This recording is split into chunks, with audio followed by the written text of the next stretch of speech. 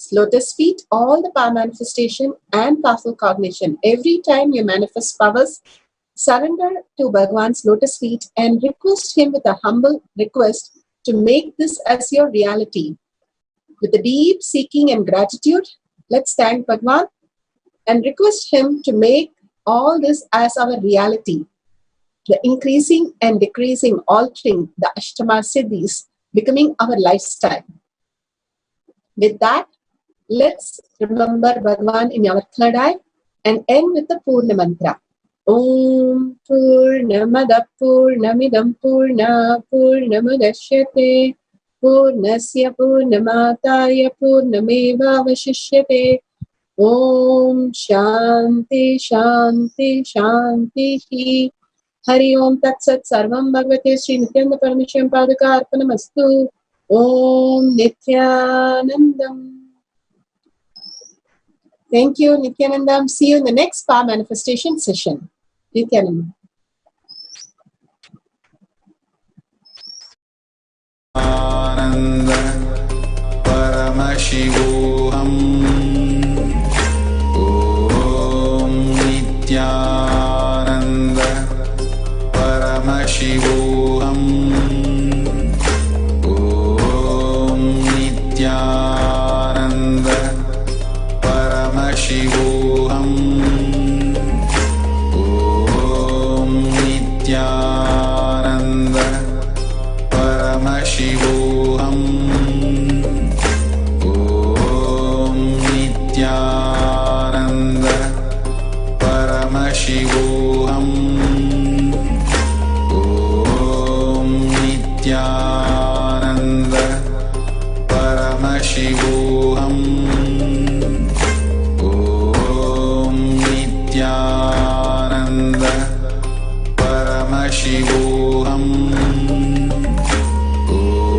Om Nityananda Paramashivoham.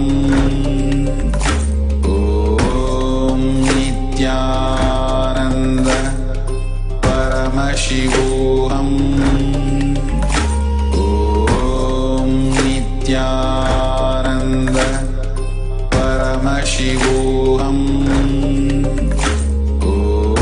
Om Nityananda Paramashivoham.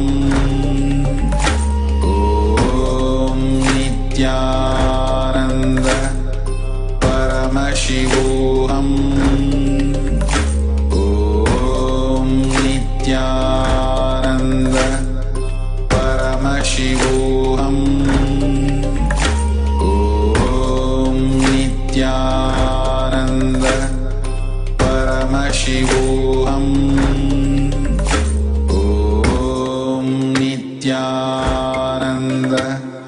Paramashivoham.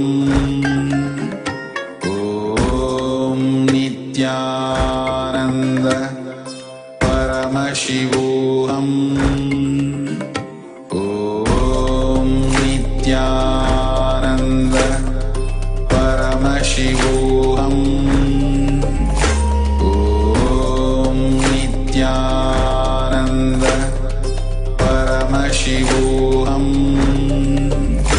Om Nityananda Paramashivoham.